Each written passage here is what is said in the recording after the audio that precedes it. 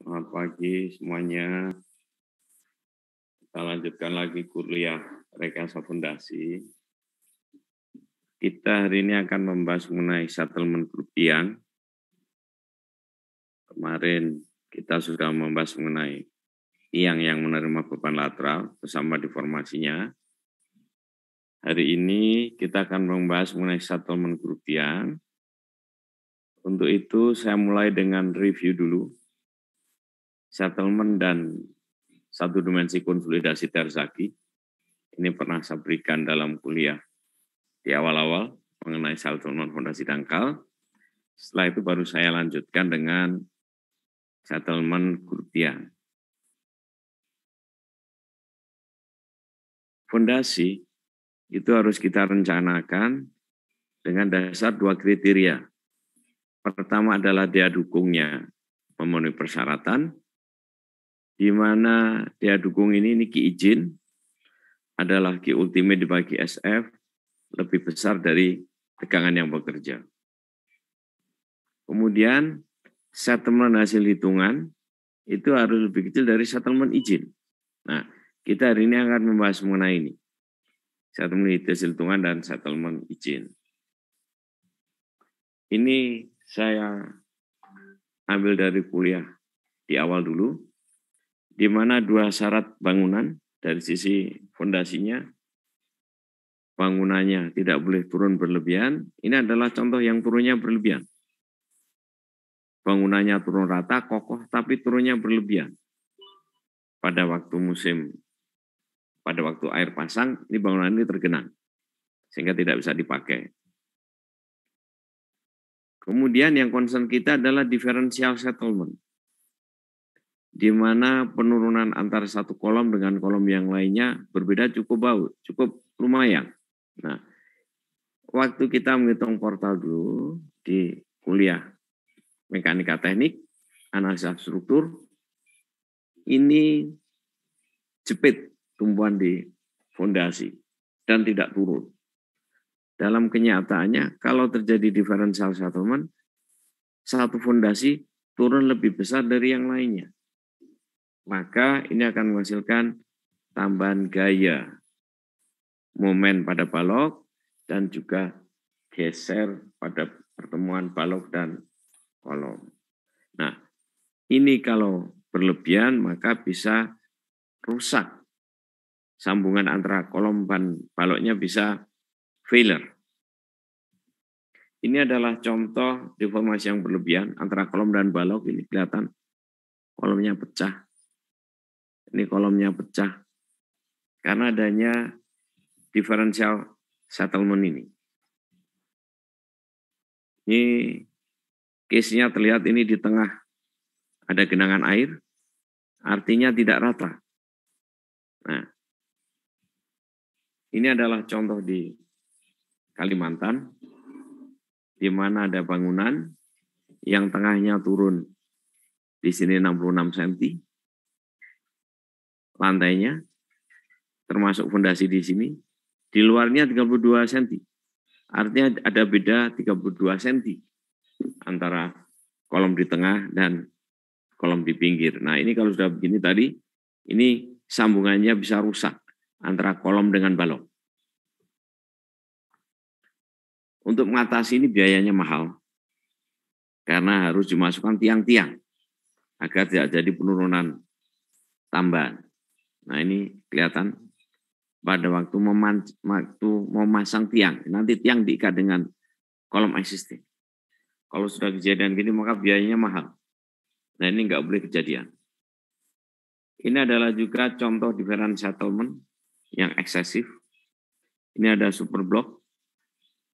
Super block ini dipukul oleh tiang panjang, di mana data awalnya tiang panjang ini berada di atas lapisan pasir yang sangat tebal, yang cukup tebal. Tebalnya antara 8 sampai 14 meter. Lapisan pasir ini dipanjang, berada di sini. Ternyata ada lokasi yang pasirnya semula tebal, ternyata ada yang tipis. Ya, tipis ini. hanya 2 meter, dan di bawah tanah lunak, sehingga menghasilkan differential settlement. Ini turun. Blok di sini terjadi penurunan yang tidak rata seperti ini. Dalam perencanaan fondasi maka harus kita cek berapa turunnya masing-masing fondasi yang memikul kolom. Misalkan kolom A turun sekian, kolom B sekian, kolom C, kolom D, kolom E, maka yang dinamakan differential settlement adalah perbedaan antara kolom satu dengan kolom yang lain. Inilah differential settlement. Ini dengan ini. Kemudian B dan C adalah ini. Kemudian D dan E adalah ini. Kemudian C dan D ya beda ini. Kemudian selain beda penurunan antar kolom juga jarak antar kolom. Sehingga ketemunya sudut. Misalkan beda kolom A dan kolom B, kolom A turun sekian, kolom B turun sekian, maka inilah bedanya. Beda penurunan kolom ini kemudian kita bagi jarak antar kolom. Nah, ketemu sudut differential settlement. Ini yang kita batasi, sudut itu. Di mana umumnya untuk perencanaan beton bertulang tidak boleh lebih dari 1/300. Ini yang kita pakai. 1/300. Jadi beda penurunan antara satu kolom dengan kolom yang lainnya. Ini beda penurunan satu kolom dengan kolom yang lainnya dibagi jarak. Ini adalah beda penurunan kolom satu dengan kolom yang lainnya dibagi jarak, maka ketemunya sudut. Sudut inilah yang tidak boleh lebih besar dari 1/300. Seperti ini. Ini adalah bedanya. Dibagi jaraknya. Nah, inilah sudut differential settlement. Di mana ini tidak boleh lebih dari, kalau standar gedung di Jakarta, maksimal 1/300. Jadi turunnya satu kolom, ini kolom, ada fondasi, ini kolom, ada fondasi. Nah, turunnya satu kolom, misalkan ini turun ke sini. Ini saya ekstrimkan ya. Nah, inilah sudut penurunannya, yaitu beda penurunan dibagi jarak. L ini. Ini tidak boleh lebih dari 1/300. Ini standar-standar yang lainnya. Misalkan ini standar dari Rusia. Kembali lagi, jadi beda penurunan ini, sudut ini, kita batasi tidak lebih dari 1/300.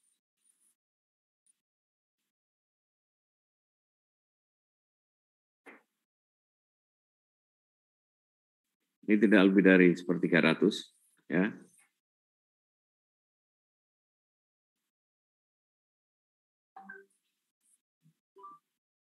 Ini standar kita pakai.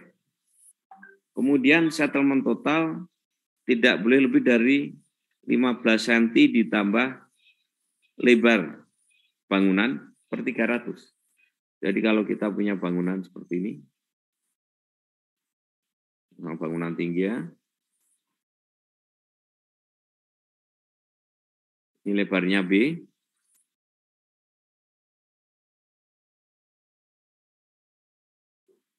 ini lebarnya B, maka sudut penurunan ini 1/300 sini. Karena ini 1/300, ini setengah B, maka ini adalah B/600. Nah, ini adalah differential settlement. Ditambah turun masing-masing ini maksimal 15 cm. Jadi maksimal bangunan boleh turun. Kalau kita lihat di sini adalah ini 15 cm. Ditambah 1/600 ini. Ini B/600. inilah maksimum settlement yang kita izinkan.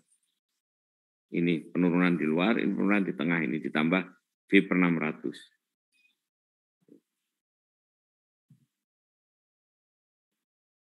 Ini standar di SNI, juga di gedung di Jakarta, kita batasi maksimum turunnya gedung untuk satu kolom, tidak boleh lebih dari 15 cm ditambah lebar bangunan per 600. Settlement ada dua, kembali ke kuliah sebelumnya, yaitu immediate settlement atau elastic settlement terjadi pada waktu konstruksi. Konstruksi selesai, ini sudah selesai. Kemudian nanti kita akan bicara consolidation settlement. Consolidation settlement adalah penurunan akibat proses konsolidasi. Ini justru dimulai terjadi setelah bangunan selesai. Setelah bangunan selesai, consolidation settlement mulai bekerja. Sementara untuk elastic settlement, pada akhir konstruksi, immediate settlement sudah selesai. Kita masuk ke immediate settlement atau elastic settlement. Jadi kalau kita memiliki tanah yang modulus yangnya adalah ES, Poisson ratio S, kemudian di atas ada fondasi kita letakkan, diameternya B lebar, kemudian tegangannya Q, maka akan terjadi elastic settlement. Seketika, yang besarnya adalah proporsional dengan lebar fondasi, proporsional dengan beban, berbanding terbalik dengan yang modulus, kemudian dikalikan faktor Poisson ratio. Fondasi kita, karena beton bertulang, kita pakai rigid. Kalau dulu ada fondasi yang plat-plat tipis baja, itu fleksibel. Nah, saya ulangi lagi. Maka elastic settlement pada fondasi seketika terjadi di akhir konstruksi sudah selesai. Besar elastic settlement-nya adalah proporsional dengan lebar. Ini proporsional dengan beban, berbanding terbalik dengan yang modulus, dikalikan 1 min Poisson ratio. Ini sudah kita bahas dalam kuliah sebelumnya. Ini adalah berbagai nilai yang semodulus, yang bisa direferensi di AJU untuk perhitungan negatif settlement ini karena immediate settlement, karena kita perlu adanya yang semodulus ini.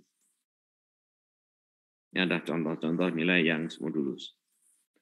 Kemudian kalau tadi tanah kita memiliki Poisson ratio yang tidak setengah, ini adalah kasus kalau kita lempung jenuh, saturated clay. Lempung jenuh Poisson ratio-nya setengah. Kenapa? Yang bisa jawab? Kenapa lempung jenuh Poisson ratio-nya setengah? Atau kapan Poisson ratio nilainya setengah? Farhad?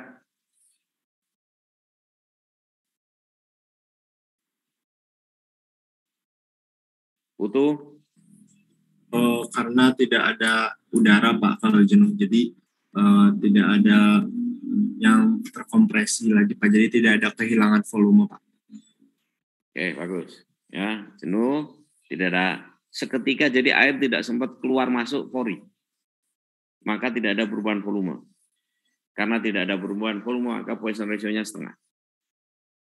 Untuk case ini, di mana ini ada basement yang terletak pada kedalaman DF, lebar fondasi B, maka elastic settlement itu adalah proporsional dengan lebar fondasi, proporsional dengan beban Q, berbanding terbalik dengan yang modulus.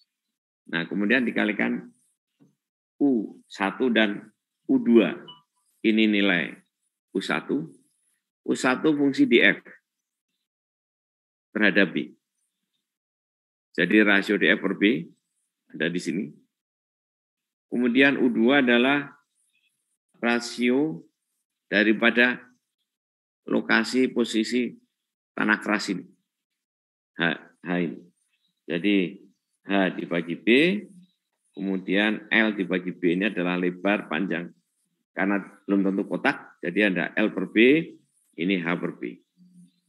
Jadi kita bisa menghitung elastic settlement, immediate settlement pada lempung jenuh, di mana Poisson ratio-nya setengah, karena tidak jadi perubahan volume. Kemudian saya review lagi mengenai 1D konsolidasi settlement atau 1D konsolidasi Terzaghi. Ini di lab, pengujian konsolidasi dilakukan dengan mengambil sampel dari tabung, kemudian kita masukkan dalam cincin konsolidasi, ring konsolidasi ini, kemudian di atas dan bawahnya diberi porous stone agar air bebas mengalir ke atas ke bawah, kemudian ini diberi beban. Ini semua terendam. Nah, dicari proses berapa turunnya tanah untuk suatu beban yang tertentu. Teori konsolidasi Terzaghi ini dimodelkan oleh Profesor Terzaghi dengan gelas, di mana di dalam gelas ini ada pegas untuk menggambarkan butiran tanah, kemudian juga ada air untuk menggambarkan air yang ada dalam pori tanah. Kemudian gelas ini ditutup, ada lubangnya. Lubang ini menggambarkan pori-pori untuk menggambarkan bagaimana air keluar dari pori-pori dalam tanah. Rongga-rongga ini lewat lubang di sini. Nah, terlihat bahwa seketika setelah kita bebani, maka kita lihat di sini, ini ada pegas, ada air, ada tutup yang berlubang. Seketika setelah kita bebani, T mendekati 0. Pertanyaan saya, seketika setelah bebani, pegas sempat turun nggak? Putus.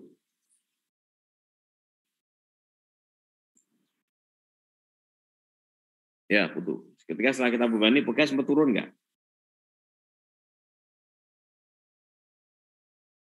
Ini Putu dengar nggak ini?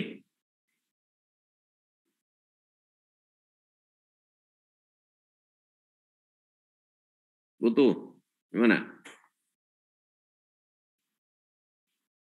Ketika setelah kita bebani,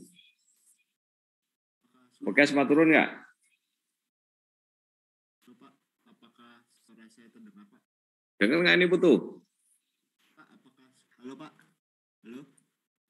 Kok suaranya nggak kedengeran nih? Halo, Pak. Kamu gedein coba. Halo, Pak. Apakah suara saya terdengar, Pak? Halo, Sempat Pak. turun nggak pegas? Belum sempat, Pak. Belum sempat. Halo, Pak. Ya, tadi suaranya nggak hilang. Sempat turun nggak?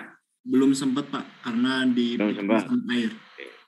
Karena belum sempat turun, maka gaya di pegas adalah penurunan dikalikan kekakuan.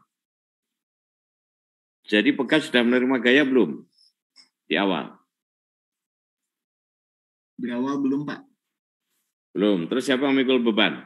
Air, Pak. Air. Nah, jadi tegangan ini yang mikul adalah air. Air menerima excess pore pressure, maka ada kelebihan tekanan, ini antara keluar melalui pori. Pori, air keluar dari pori, maka akan turun ini. Pegas. Akan turun, tutup turun, pegasnya memendek, terjadi pemendekan. Terjadi delta pada pegas. Karena ada delta, maka pegas mulai menerima beban. Delta kali kekakuan. Nah, pegas mulai memikul beban, sampai suatu saat nanti seluruh beban dipikul oleh pegas. Maka air tidak lagi menerima beban, air tidak lagi keluar. pada waktu itulah proses konsolidasi selesai di mana tegangan yang diberikan seluruhnya nanti sudah dipikul oleh butiran. Air sudah tidak menerima lagi, maka inilah akhir proses konsolidasi. Jadi proses konsolidasi adalah proses transfer tegangan dari bangunan ke tanah, semula dipikul oleh air, dengan berjalannya waktu, maka air keluar, sampai akhirnya seluruh beban dipikul oleh pegas dan air sudah tidak menerima beban bangunan lagi. Maka pada saat itulah konsolidasi berakhir. Dua hal yang perlu kita ketahui, yaitu besar dan lamanya. Ini saya review kuliah sebelumnya. Tanah terdiri atas 3 fasa, udara, air, dan butiran. Volume pori itu kita beri E, void ratio, di mana butirannya kita beri angka 1. Jadi volume kalau ini adalah volume pori, dibagi volume butir tanah atau minyak E. Kalau tanah kita jenuh, maka seluruh pori ini diisi oleh air. Kalau volume tanahnya butiran tanah 1, volume porinya E, ini sebelum terjadi konsolidasi. Dengan adanya konsolidasi maka akan memendek porinya, akan mengecil porinya karena ada air yang keluar. Ada air yang keluar dari pori. Maka keluarnya air ini menghasilkan delta I, penurunan. Perubahan volume sebesar delta I. Sehingga kalau kita bicara tegangan-tegangan, nah ini kita plot. Ini adalah perubahan volume, yaitu keluarnya air dari pori, untuk setiap pembebanan. Maka dari tes konsolidasi bisa kita plot seperti ini. Ini adalah E, konsolidasi menghasilkan penurunan delta E. Kemudian ini adalah beban yang kita berikan, di mana skalanya adalah skala logaritma. Ini skala logaritma, ini adalah E, void ratio. Maka kita bandingkan lapangan dengan laboratorium. Kalau di lapangan turunnya tanah adalah delta H, tebal tanah yang mengalami konsolidasi adalah H, maka tegangan adalah delta H per H.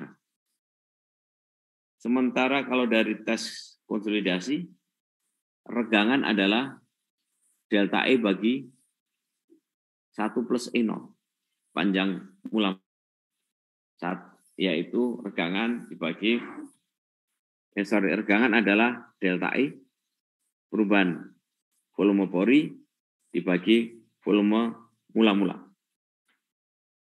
Kemudian ini kita samakan di lapangan sama dengan di lab.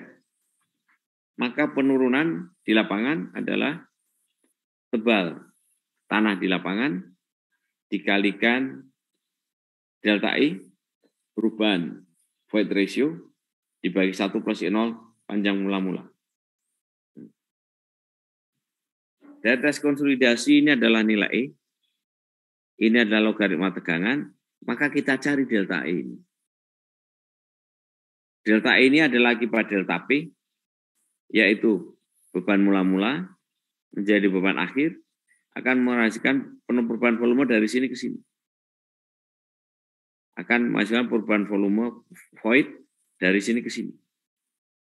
Akibat perubahan tegangan dari sini ke sini.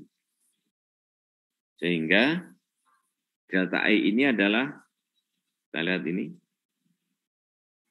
delta E adalah CC dari lab dikalikan logaritma, ini tegangan akhir setelah bangunan jadi, tegangan awal sebelum ada bangunan.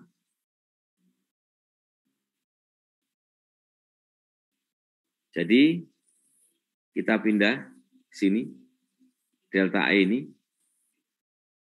kemudian kita kalikan ini, inilah delta H. Jadi ini dikalikan H dibagi 1 plus E0. Kalau karena ini dalam logaritma, maka pengurangan sama dengan pembagian. Jadi delta H adalah tebal tanah di lapangan, dikalikan CC. CC ini dari tes konsolidasi. 1 plus E0, ini indeks engineering properties, E0, void ratio. Dari juga waktu ngetes konsolidasi, biasanya kita ukur juga. Dikalikan logaritma, ini tegangan awal, sebelum ada bangunan di tanah, ini tegangan akhir setelah ada bangunan. Tegangan di tanah setelah ada bangunan, ini tegangan di tanah sebelum ada bangunan. Nah, kalau kurva regangan-tegangan ini kita putar, maka seperti ini. Ini adalah regangan, ini adalah tegangan. Ini karena logaritma, maka skala normal menjadi bentuknya seperti ini.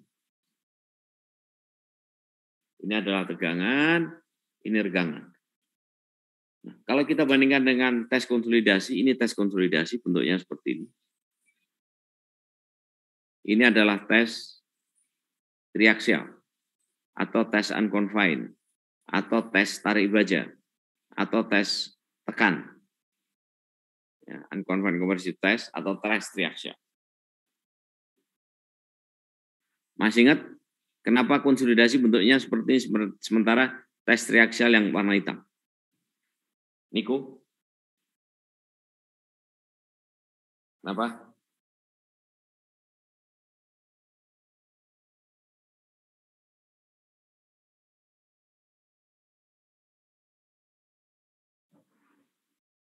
Niko, dengar nggak kamu? Kenapa? Tes konsolidasi polanya yang merah, sementara tes triaksial, tes unconfined yang hitam.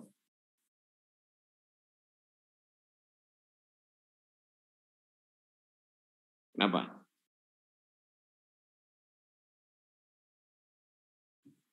Farhat?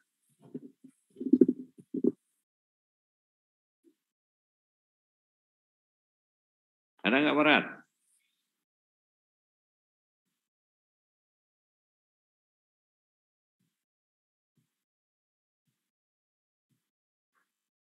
Foto. Kenapa?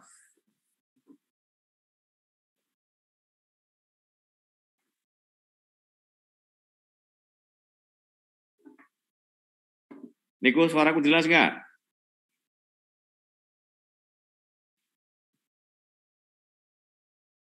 Kenapa polanya seperti ini? Kalau tes konsolidasi warna merah, kalau tes triaksial warna hitam. Pala? Singkat saya sih kan. Suaranya hilang, Pala.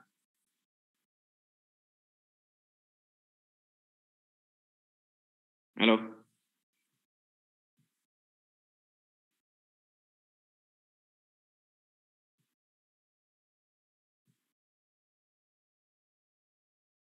Kedengeran nggak suaraku ini?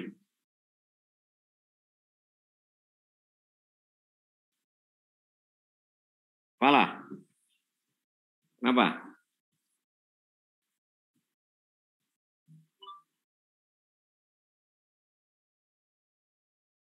Ini yang biasa bisa jawab ini. Yang tak panggil-panggil tadi. Foto kenapa? Mungkin ada pengaruh dengan arahnya, Pak. Arah gayanya.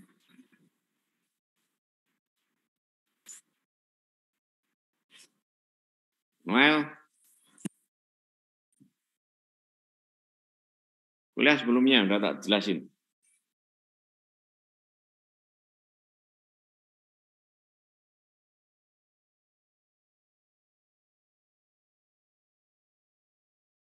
Yohana, bisa jawab?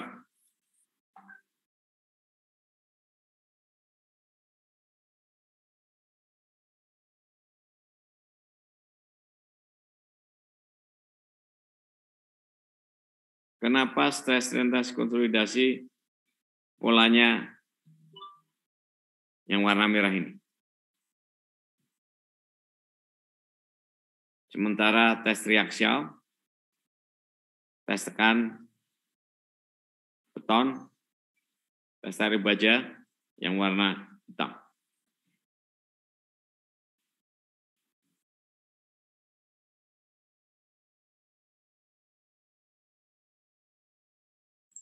Mungkin ini Pak, kalau tes konsolidasi arah lateralnya dikekang, sedangkan untuk tes yang warna hitam arah lateralnya bebas untuk terdeformasi juga.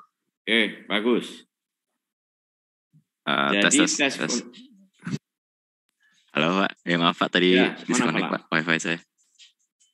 Iya. Oke. Tes konsolidasi itu adanya ring konsolidasi, ya, sehingga tidak bisa bergerak lateral, hanya satu dimensi. Sehingga setiap kita menambah sigma 1, sigma lateralnya bertambah nggak?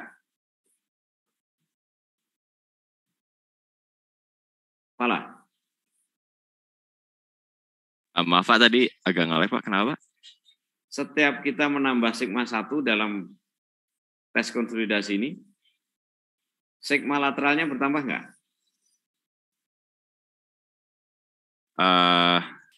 Sigma lateralnya nggak bertambah Pak.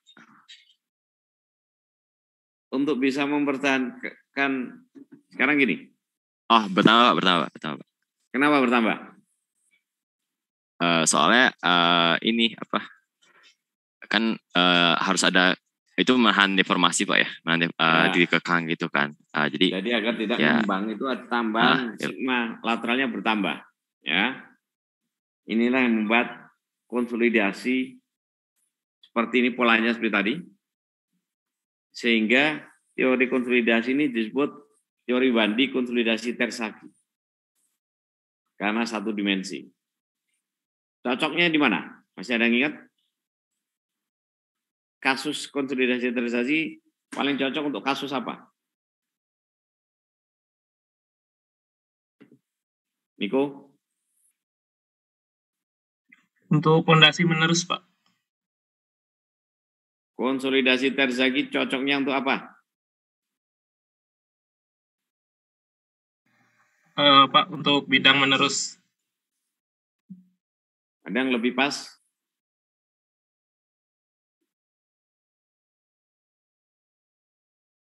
Untuk tanah Lampung, Pak. Apa? Untuk tanah Lampung. Ya, konsolidasi tanah lempung. Pasir yang ada konsolidasi.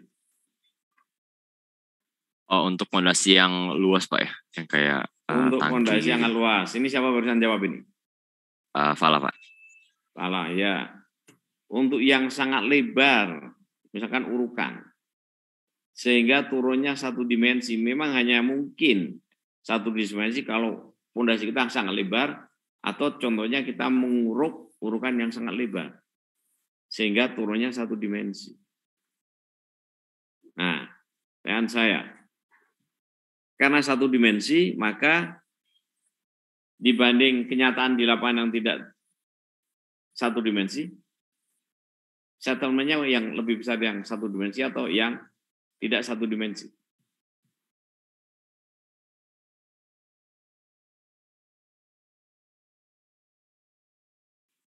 Ini kuliah di awal.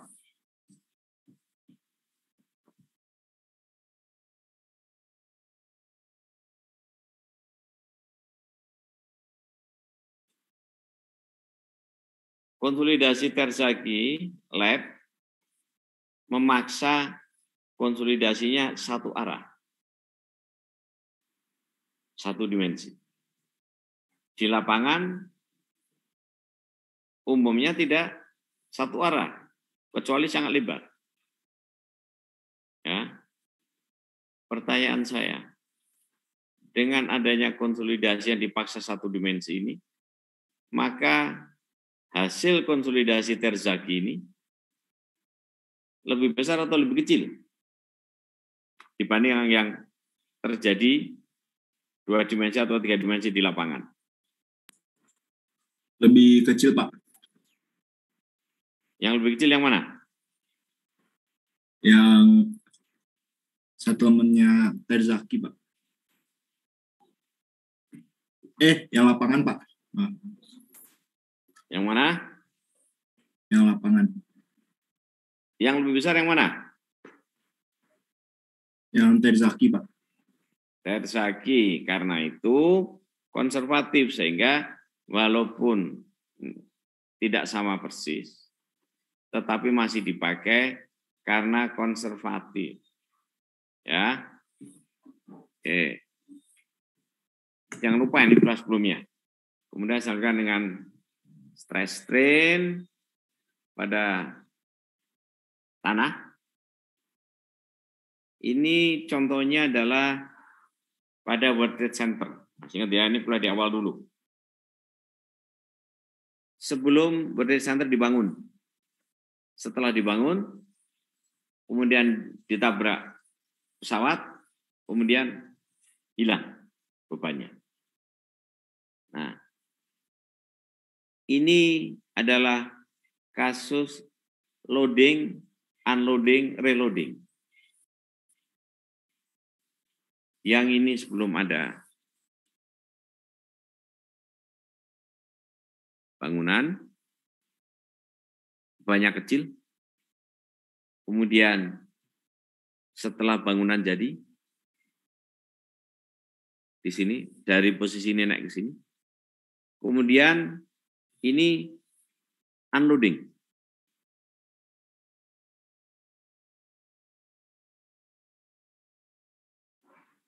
Ini adalah lokasi di World Trade Center sebelum dibangun World Trade Center.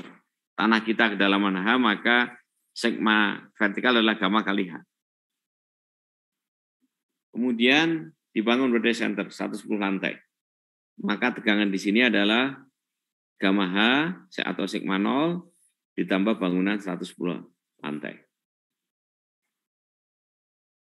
Selanjutnya ini ditabrak ini. Maka tinggal 3 lantai. Maka yang tekanan yang diterima tanah adalah berat tanah di atasnya ditambah bangunan 3 lantai. Setelah itu kita membangun lagi sampai nanti bangunannya lebih besar dari lebih tinggi dari tinggi semula. Maka misalkan 150 lantai. Sehingga stress strain yang kita dapatkan adalah nanti seperti ini kondisi 0, 1, 2, 3, 4. Kondisi 0 adalah tanah menerima tegangan berat sendiri. Kemudian ditambah 110 lantai, tegangannya naik. Straight. Kemudian turun, yaitu gamma H ditambah 3 lantai, seperti ini. Kemudian bangun kembali, nanti sampai 150 lantai memiliki lintasan yang sama, di atas 110 lantai mengikuti lintasan awal. Nah, ini adalah kasus, ini adalah normally consolidated dari sini ke sini. Kemudian dari sini ke sini juga normally consolidated. Sementara dari sini ke sini, ini over consolidated, reloading juga over consolidated. Oke. Maka over consolidated ini daerah normally consolidated.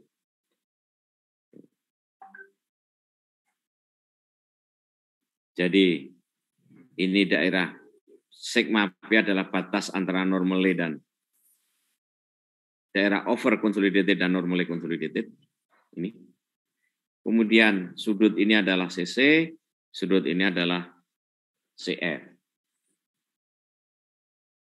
Kalau tanah kita normally consolidated, maka settlement adalah CC, ini dari lab konsolidasi, dikalikan tebal tanah yang mengalami konsolidasi, dibagi 1 plus E0, dikalikan logaritma, ini tegangan mula-mula, sebelum ada bangunan, ini adalah tegangan setelah ada bangunan.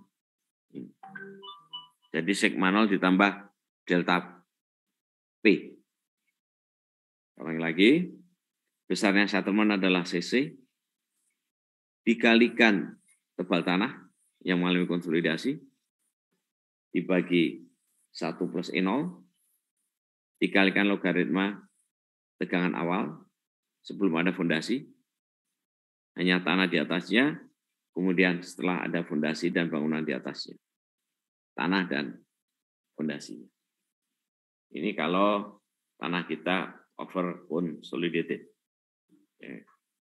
Nah, bagaimana kita menghitung distribusi tegangan akibat fondasi? Ini juga kuliah sebelumnya. Kalau kita memiliki fondasi, kemudian beban di sini Q0, maka ini akan semakin ke bawah, bebannya akan semakin berkurang. Ini akibat distribusi Boussinesq. Semakin ke bawah, bulk stress-nya semakin mengecil. Nah, ini menggambarkan, ini sumbu vertikal, adalah kedalaman, ini tegangan. Persis di bawah ini, tegangan kita adalah Q. Semakin ke bawah, tegangan akibat fondasi ini semakin kecil. Misalkan di sini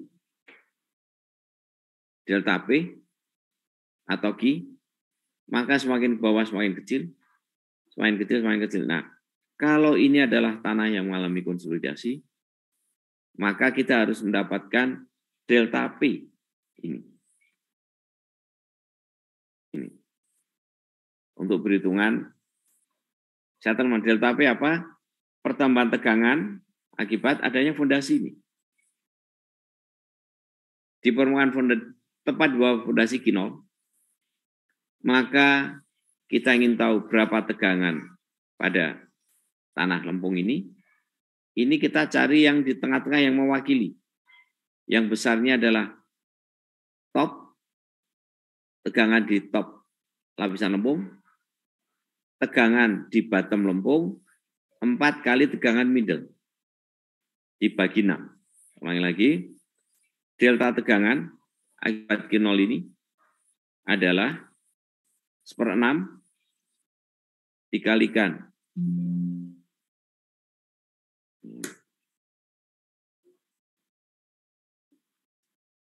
1/6 dikalikan tegangan di top, tegangan di bottom, tegangan di middle.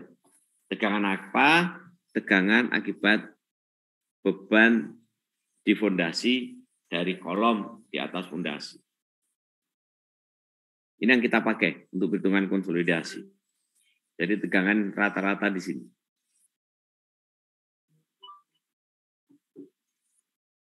Kemudian bagaimana kita mencari ini distribusi tegangan ini di top, di middle, di bottom, maka digunakan tegangan 1:2. 2 vertikal, 1 horizontal, ini lebar fondasi, ini panjang fondasi, ini adalah beban di fondasi. Maka ini akan didistribusi ke bawah. dengan sudut 2:1. Kalau kedalamannya Z, maka ini setengah Z, ini setengah Z, ini setengah Z, setengah Z, setengah Z, setengah Z. Atau lebarnya di sini menjadi B plus Z, ini lebarnya, panjangnya menjadi L plus Z. Sehingga tegangan di sini pada kedalaman Z ini adalah Q0 dikalikan B kali L, total beban ini, total beban di kolom, yaitu Q0 kalikan B kalikan L, habis itu dibagi ini tadi. Nah, B plus Z dan L plus Z, panjang karena lebar. Panjang, ini lebar, ini panjang. Itulah tegangan pada kedalaman Z di bawah dasar fondasi. Kita kalikan Q0, tepat di bawah fondasi. Kemudian kita cari tegangan di top.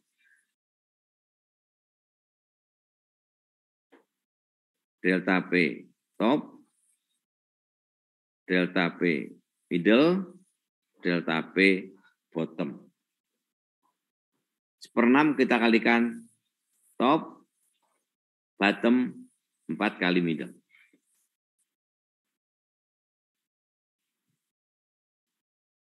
Nah ini contohnya dulu ya, kita berikan di kelas sebelumnya ini. Oke. Nah itu tadi adalah settlement fondasi dangkal. Sekarang kita masuk settlement pada fondasi tiang. Grup tiang. Ada beberapa kemungkinan yang bisa terjadi. Pertama, kita punya lapisan yang sangat keras, hard layer. Kemudian di atasnya lapisan lempung yang lunak. Maka dalam kasus ini, Niko, ada settlement nggak? Kalau ujung tiang di tanah keras, hard layer. Wah, harusnya enggak, Pak. Tidak ada settlement. Ya, karena ini ujung tiang ditumpu oleh lapisan keras. Misalkan yang mendekati batuan. Kemudian case yang kedua, semuanya berada di tanah lempung, jenuh. Maka akan turun. Karena lempung menghasilkan beban pada lempung akan menaikkan konsolidasi. Nah, case yang kedua semua berada di dalam lempung. Ini akan turun. Akan ada konsolidasi. Di mana ini nanti beban kita distribusi 1/4. Kemudian kita lihat berbagai kasus di sini. Kasus yang paling kanan, ujungnya keras, batuan misalkan ya. Ini lunak, sangat lunak. Maka dalam kasus itu tidak ada penurunan. Settlement no. Karena ujungnya di lapisan yang keras. Yang dua, tadi semua berada di dalam lapisan lempung. Maka ada settlement. Settlement, yes. Bagaimana kita menghitung settlement ini?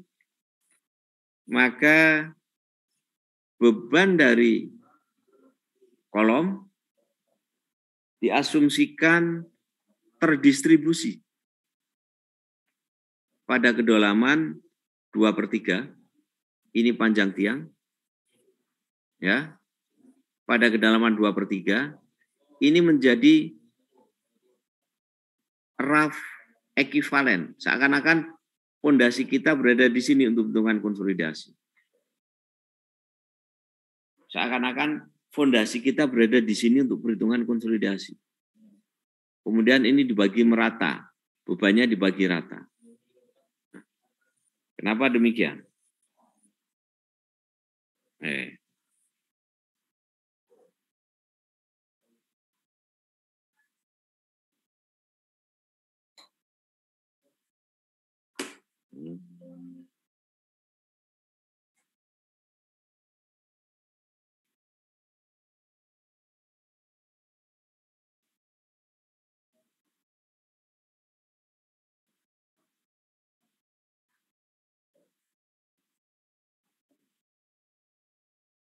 Ini slide saya kelihatan, Niko?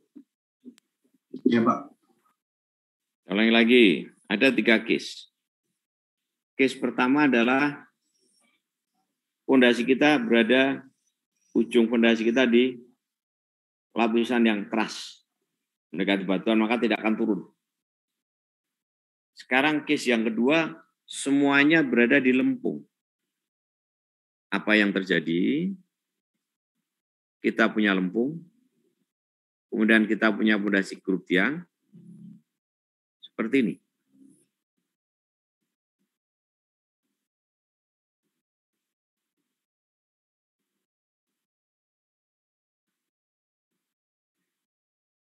Ini beban dari atas didistribusi ke pile cap, maka tegangan dari atas ini akan didistribusi seperti ini.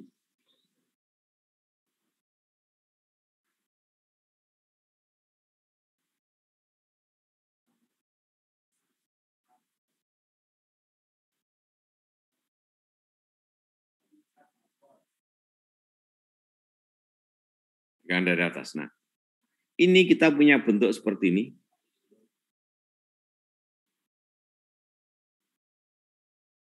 Ini kalau dicari titik tangkapnya di sini, di 2/3 panjang tiang. Ini adalah L, fondasi. Ini di 2/3 panjang tiang. Nah, ini titik tangkapnya. Jadi seakan-akan beban itu dipindah ke 2/3 panjang tiang. Ke sini. Menjadi beban merata. Nah, inilah sudutnya, pembesarannya. Di mana sudutnya ini, kalau kita lihat,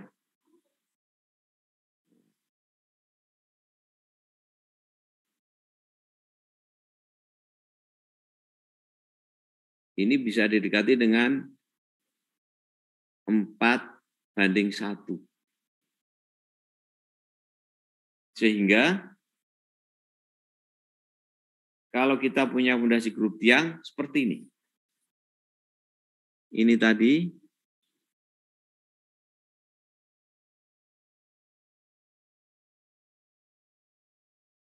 nah, beban ini menjadi ekivalen di sini seakan-akan.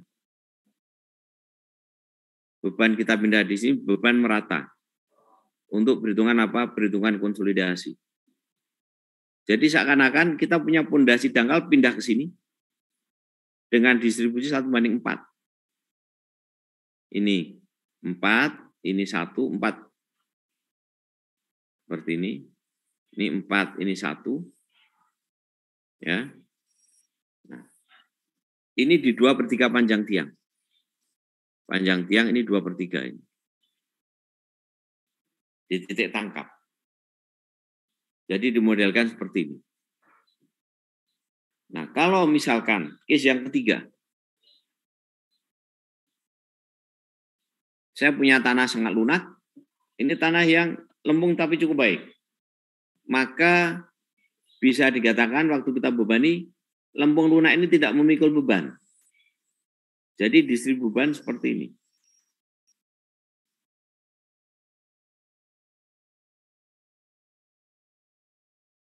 Karena ini lempung lunak, tidak mentransfer. Nah, jadi case di sini adalah 2/3-nya di sini.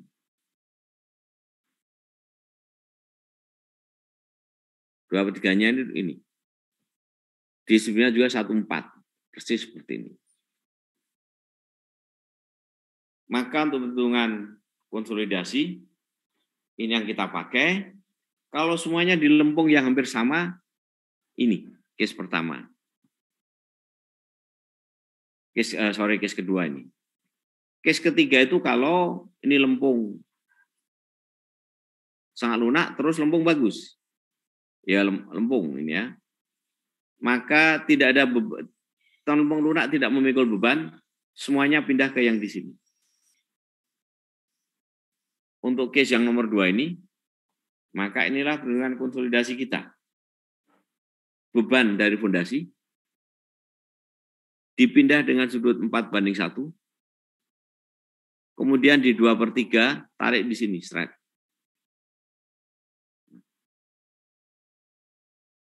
Empat banding 1, maka inilah beban kita untuk perhitungan konsolidasi.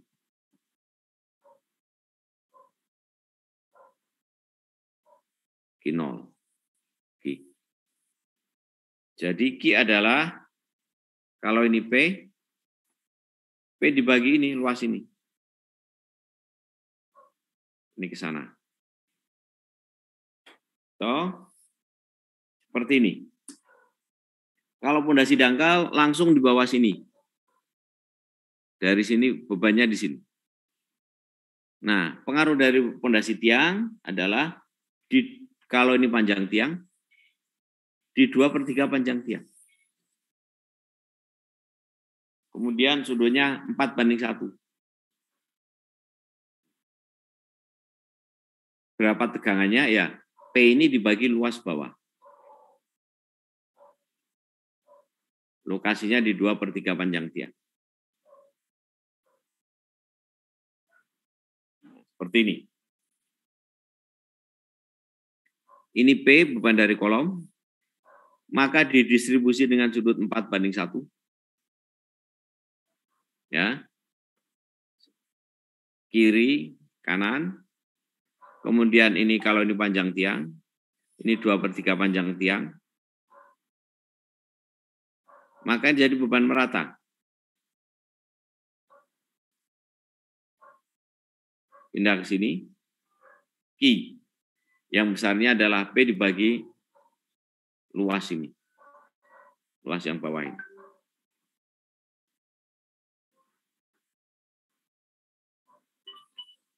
Nah, seperti ini. Kalau ini misalkan ekivalen raf kita, ini kita sebut ekivalen raf.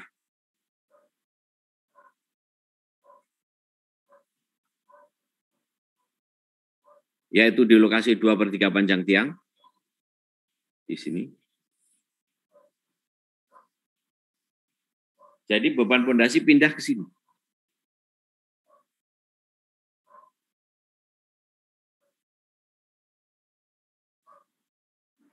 Maka ini akan didistribusi ke bawah, akan menghasilkan penurunan. Kalau misalkan kita punya lempung di sini,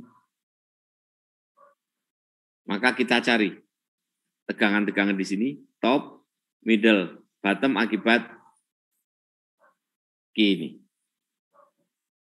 Kemudian kalau di sini naik lagi, yang mengalami konsolidasi ya, kita cari top, middle, bottom tegangan. Kalau seperti ini, semuanya lempung, maka tetap ini yang kita pakai. Di bawah ini yang kita perhitungkan. Di atas, karena berada di atas beban. Tidak menghasilkan konsolidasi. Jadi ada di sini yang kita berikan untuk perhitungan konsolidasi. Nah, seperti ini tegangannya. Ya, jadi beban P ini dari kolom didistribusi dengan sudut 1/4. 4, 1 ke arah sini.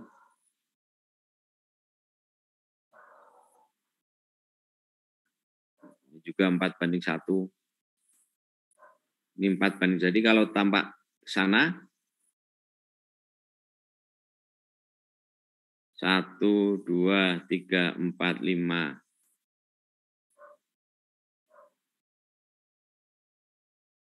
Seperti ini. Maka ini D. Ini 2/3 D.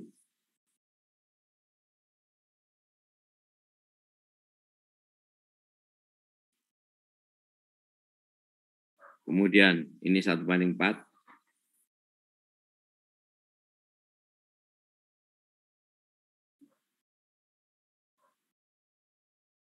Sementara kalau kita lihat di sisi sana, ini ada 1, 2, 3.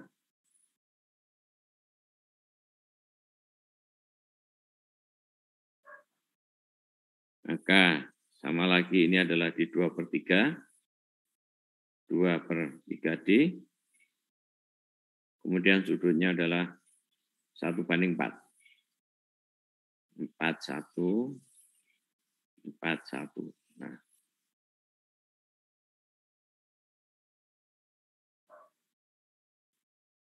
ini beban merata kita pindah ke sini.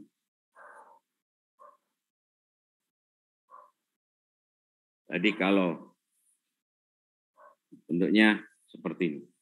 Inilah pondasi kita pindah ke sini. Ini namanya dengan ekivalen raf.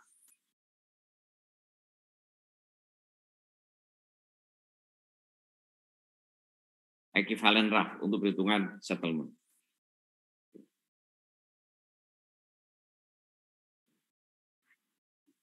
Terus ya seperti ini. Kemudian ini di sini. Kemudian untuk perhitungan distribusi tegangan kita menggunakan sudut 2/1. Jadi kalau kita punya pondasi grup tiang, ini pile gap kita menerima P, maka didistribusi dengan sudut 4/1. Kemudian kalau ini panjang tiang, di 2/3 panjang tiang di sini. Ini diasumsikan ekivalen raf beban merata. Nah, setelah itu pondasinya kita hilangi. Lagi, kita punya pondasi grup tiang. Ya kan, ini tanah mengalami konsolidasi. Pertama kali kita cari ekivalen rafnya. Panjang tiang di 2/3 panjang tiang. Lokasi ini, straight. Kemudian 4/1. Ini vertikal 4, horizontal 1. Kita punya ekivalen raf. Nah, tiangnya sudah hilang sekarang. Diganti dengan ekivalen raf ini. Beban Q. Inilah yang kita pakai untuk perhitungan. Ini akan menghasilkan konsolidasi di sini. Oke. Review lagi. Kalau kita punya tanah sebelum ada fondasi, maka kita butuhkan sigma 0, yaitu gamma kali H. Kemudian untuk hitung fondasi, kita harus tahu E0, CC atau CR, dan sigma P kalau untuk yang over consolidated. Kita juga harus tahu tebal tanah mengalami konsolidasi. Kemudian ada beban fondasi, maka kita cari delta setelah adanya fondasi. Inilah rumusnya. Settlement adalah CC, HC tebal, 1 plus E0, ini nilai E0, kemudian logaritma, tegangan awal, sebelum ada fondasi, tegangan ada fondasi, tegangan setelah ada fondasi yaitu tegangan awal, ditambah akibat fondasi.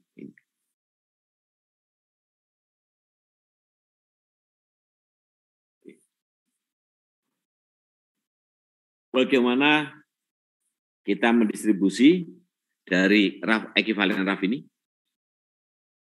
Masih ingat sebelumnya 1/2 distribusinya. 1/2 untuk distribusi dari ekivalen raf ke bawah. Dicari di sini Di bawah, di tengah 4 kali dibagi 6. Jadi kalau saya punya grup tiang, maka ekivalen rafnya adalah di 2/3 panjang tiang. Ini panjang tiang, ini 2/3. Kita cari beban ekivalennya. I.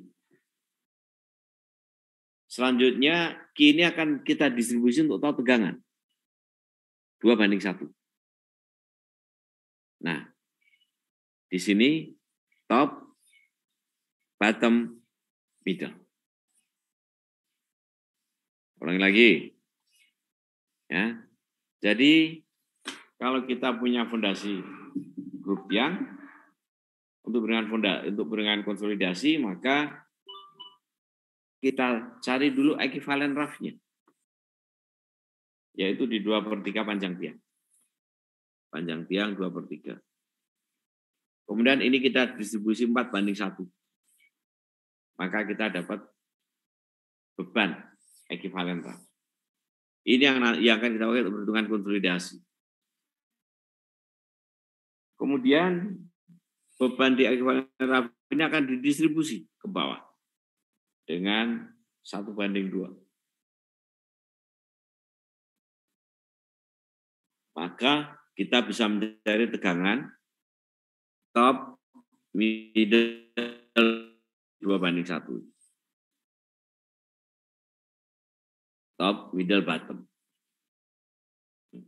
Jadi delta P adalah tegangan 1/6, top, bottom 4 kali. Middle. Ulang lagi ya. Bagaimana cara kita menghitung settlement pada grup tiang? Pertama kita cari ekivalen raf, yaitu pada 2/3 panjang tiang. Kemudian kita cari tegangan di raf dengan cara beban dari atas ini kita distribusi dengan sudut 4/1. Ini adalah ekivalen raf kita. Beban pondasi kita pindah ke sini. Nah, untuk perhitungan settlement maka ini distribusi 4/1. Sorry, 2/1. Ini 4/1, 2/1. Ya, kalau kita punya lapisan tanah di sini kita bisa menghitung deltanya dengan sigma P top, sigma P di sini tengah, sigma P di bottom. Sudut 2/1.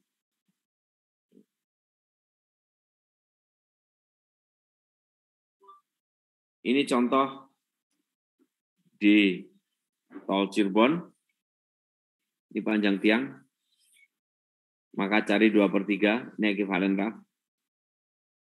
Ini adalah beban kolom dibagi area di bawah. Kemudian ini didistribusi 1/2. 2 vertikal, 1 horizontal. Ini 30 derajat. Seperti ini. Jadi cari tegangan pada tengah dari masing-masing lapis. Ini contohnya juga. Ini bangunan di Jakarta. Tiang bor 14 meter. Maka dicari 2/3 panjang tiang di sini. Kemudian ini dilebar dengan 4/1. Melebar dengan 4/1. Ini ekivalen raf kita. Ini panjang tiang, ini 2/3 di sini. Ekivalen raf kita.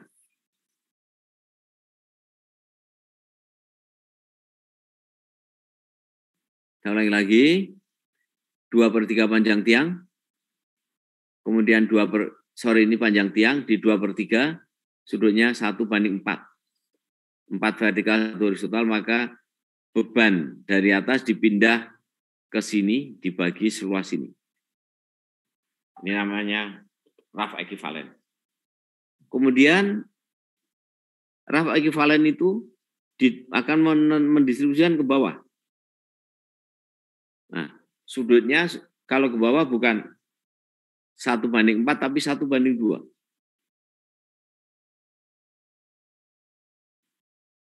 Kita cari tegangan di tengah-tengah sini. Untuk perhitungan konsolidasi. Sama juga, ini ada contoh yang lainnya. Panjang tiang 53. Maka cari dulu ekivalen lah di 2/3. Di 33 meter. Oh, sorry. Lain tadi. Panjang tiang 53 sampai di sini.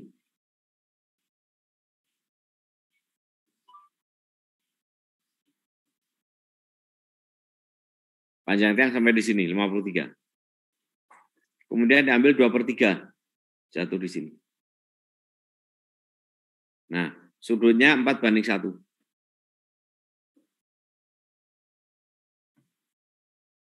Maka dapat tegangan di sini, ekivalen raf. Habis itu dibagi ke masing-masing lapis. Sini. Dihitung konsolidasinya. Kalau kita punya blok banyak, ya itu juga harus dihitung dengan cara yang tadi. Nah, sekarang kalau banyak seperti ini ya harus kita hitung, kita jumlah semuanya. Misalkan lokasi di sini. Ya.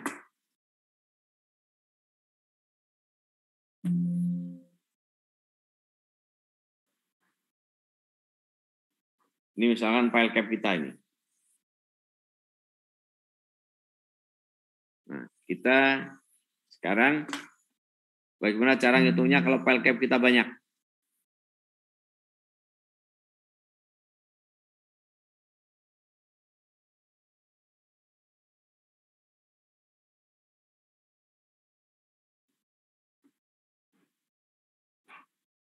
Bahkan ada banyak file cap.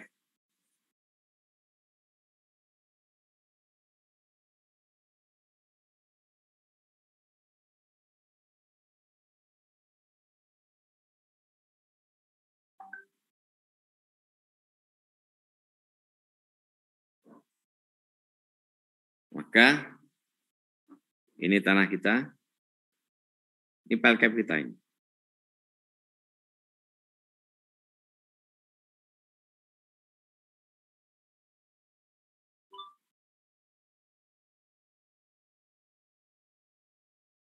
Ini misalkan dasar tiang.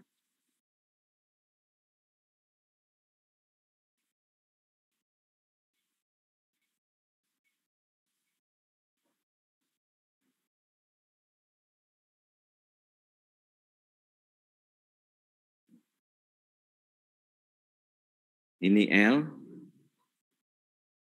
Maka kita cari 2/3 L. Misalkan di sini.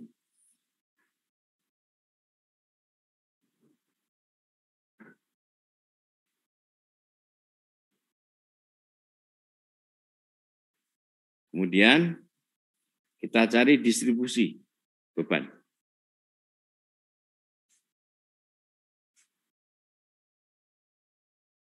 Empat banding 1.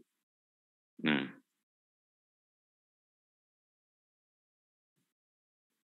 ini juga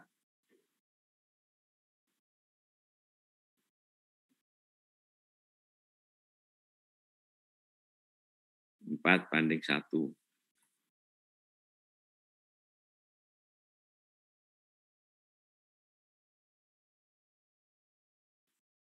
Terus ini juga 4/1.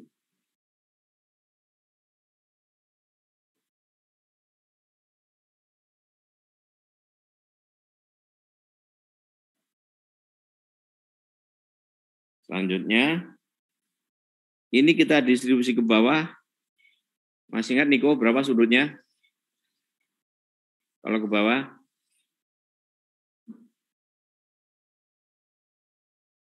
Niko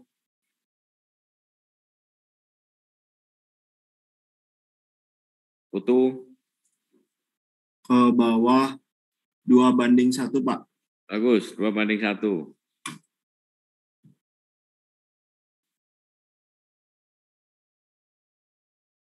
Seperti ini. Kemudian biru, nah ini seperti ini, 2:1.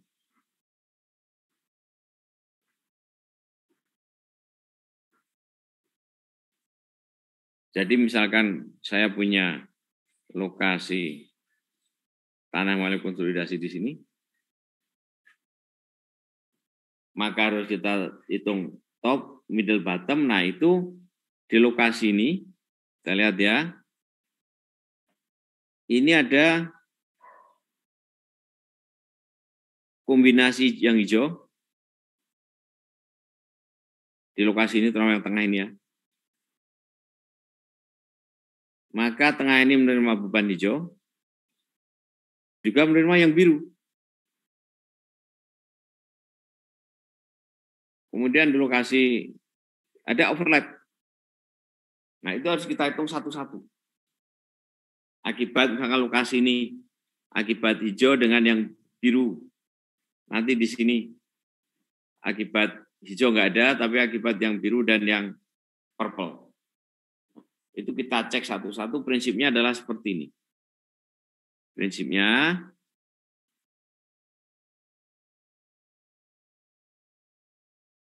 beban-beban itu kita jumlahkan semua, akibat masing-masing pile cap. Ini, lagi ini sudutnya 2:1. Nah,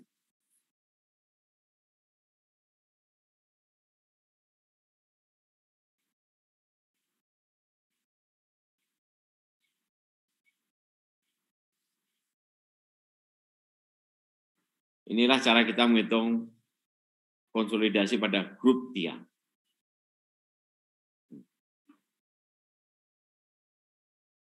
Jadi kalau kita menghitung konsolidasi pada bangunan tinggi seperti ini contohnya. Ini elastik dulu kita hitung. Dengan elastik. Ya, kita punya berbagai pile raft ini. Ekivalen pile raft. Ini terlihat kontur settlement elastik. Ini kontur settlement total, yaitu settlement elastik ditambah konsolidasi. Ini adalah settlement total. Kita dapat konturnya seperti itu. Ini yang kita cari, dari sini kita tarik. Ya, tarik di sini. Nah, kita tahu sudutnya ini. Apakah masih memenuhi persyaratan. Jadi standar kita hitung elastic settlement, habis itu total settlement. Untuk bangunan yang ekstra tinggi di Jakarta, basementnya 9 lantai, ini 66 lantai ke atas. Maka, nah ini standar kita pakai. Bisa dengan settle 3D atau dengan finite element. Ini yang tadi. Ini untuk mempermudah, maka ada software Settle 3D. Katanya sih banyak kerek-kerekannya ya. Saya nggak tahu. Nah ini pakai program Settle 3D untuk memudahkan kita. Mengingat ada banyak file cap di sini. Satu. Kemudian gabung lagi dengan file cap yang berikutnya. Kemudian nanti ada dengan file cap yang lainnya.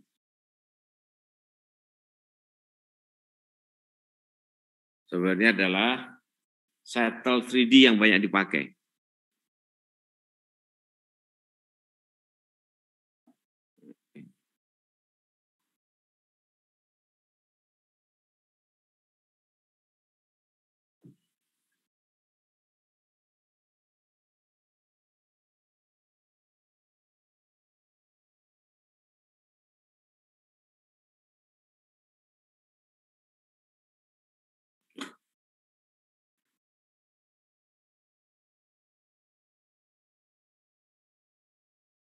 Nah, ini kita cari kontur seperti ini. Cross section ini ya, misalkan ya. Kita tahu turunnya.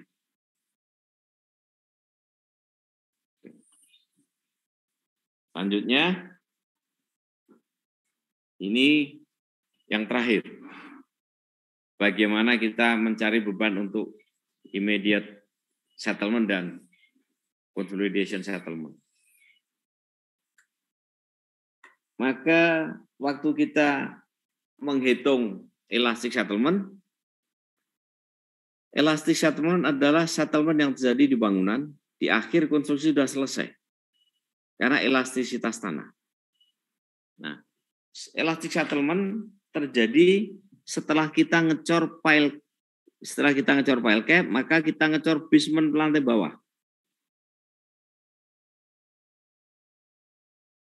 Setelah kita ngecor basement lantai bawah, maka setiap kita menambah beban bangunan, nambah 1, nambah 2, nah terus gini, maka sejak dari sini ke sana akan menghasilkan elastic settlement. Ulangi lagi. Elastic settlement itu terjadi di akhir konstruksi. Siapa yang memberikan elastic settlement? Yaitu akibat pertambahan beban. Elastic settlement diukur dari lantai basement paling bawah. Sejak itulah saat kita nambah beban nanti akan menghasilkan elastic settlement.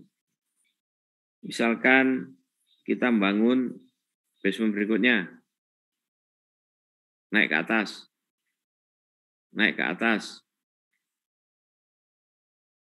seperti ini ya. Maka beban untuk perhitungan elastic settlement kita itu mulai dari awal sampai akhir bangunan selesai. Jadi awal ngecor lantai basement sampai akhir. Maka kita sebut beban yang bekerja adalah total beban bangunan. Total beban bangunan untuk perhitungan elastic settlement. Karena kita ukur sejak basement paling bawah kita cor. Jadi perhitungan settlement adalah key total, yaitu seluruh beban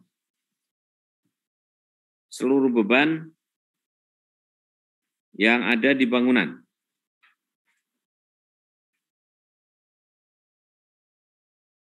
Seluruh beban ini akan melahirkan elastic settlement kita hitung. Nah, key total. Bagaimana dengan consolidation settlement? Ini bedanya.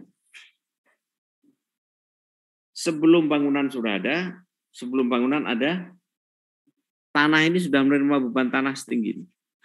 Sebelum kita bangun, tanah di lokasi ini sudah menerima beban setinggi gamma kali H. Kemudian terjadi proses konsolidasi. Ini adalah berat bangunan setelah jadi. Tapi sebelumnya tanah sudah menerima beban setinggi ini. Maka yang untuk gerakan konsolidasi yang kita pakai adalah kinet, yaitu beban total bangunan. Beban total bangunan ini dikurangi tanah. Inilah bentuk perhitungan konsolidasi. Jadi kinet yang kita pakai, sementara untuk perhitungan elastic settlement yang kita pakai adalah key total. Kemudian balik tadi kontur kita buat kontur untuk penurunan elastik dan kontur untuk penurunan konsolidasi kita tambahkan menjadi kontur penurunan total. Kita cek seperti ini apakah ada yang lebih dari 1/300 sudutnya. Sudut ini maksimum 1/300. Untuk kelas 1 kita pakai Ki total, untuk konsolidasi kita pakai Ki net. Ya. Silakan tanyakan, ini kuliah saya.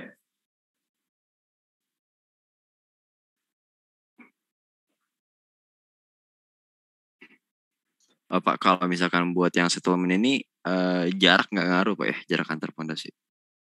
Jarak antar ya kan menentukan distribusi, nanti saling overlap. Oh itu nggak ada faktor-faktor koreksi lagi Pak, langsung aja Enggak. tambah aja gitu. Jadi ujung file cap yang dipakai. Gini, bagus tanyanya ya. Apakah ada jarak antar fondasi ya di dalam file cap atau di luar file cap? Mungkin dua-duanya Pak, boleh. Jadi kalau ini file cap kita, Pak maaf Pak, share screen-nya mati Pak. belum kelihatan ya.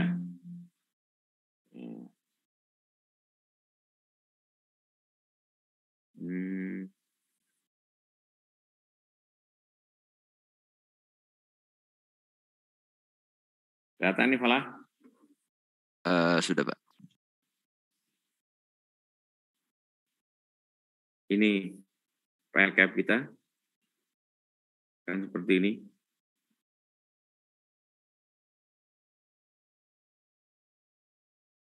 Satu, 2, 3, 4, ya. Maka yang kita pakai adalah perimeter ini. Jarak di dalam tidak. Ya. Kemudian dari perimeter keluar, sudutnya masih ingat tadi berapa? 4:1. Di 2/3. Kalau ini L, ini di 2/3 panjang tiang. Di sini. 4:1. Nah, inilah ekivalen raf. Kita sudah tidak lagi nyari di bawah, di dalamnya, spacingnya. Kita asumsikan ini. Dari pinggir-pinggir tiang.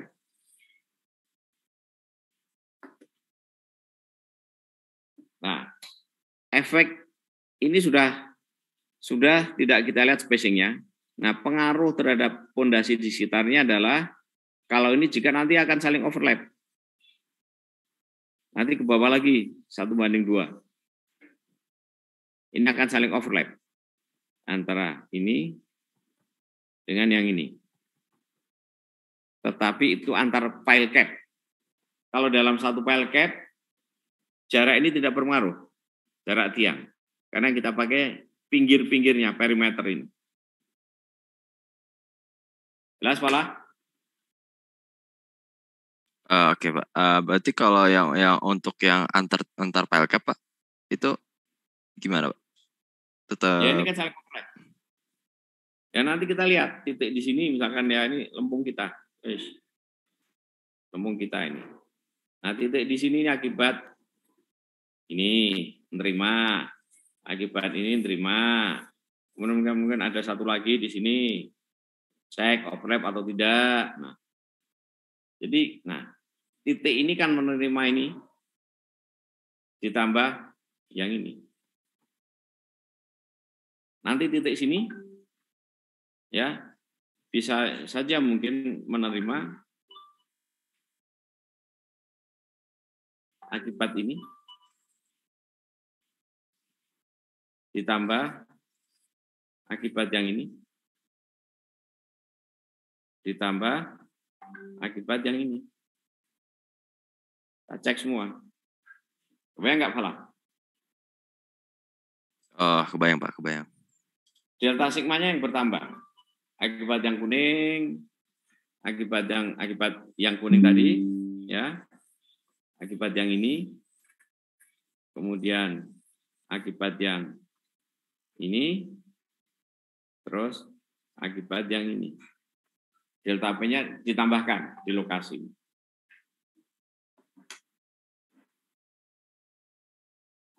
Jelas ya?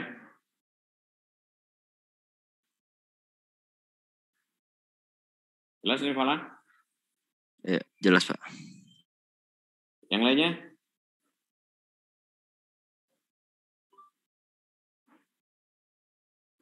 Pak izin bertanya Pak. Akan Niko.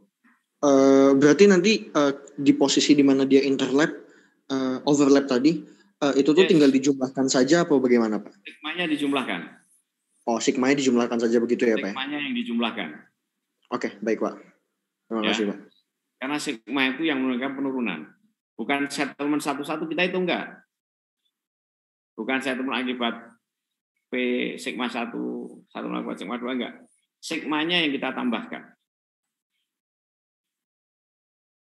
Delta sigma akibat yang kuning, delta sigma akibat hijau, delta sigma akibat hijau tua yang kita jumlahkan.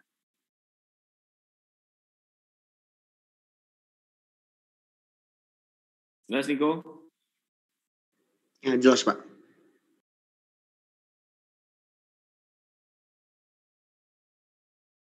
Ada lagi?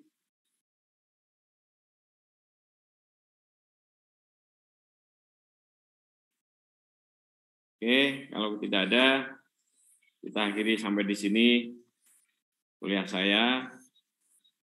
Ini selamat berpuasa. Jaga kesehatan ya. Sampai minggu depan. Ya. Terima kasih Pak. Terima kasih Pak. Recording stopped.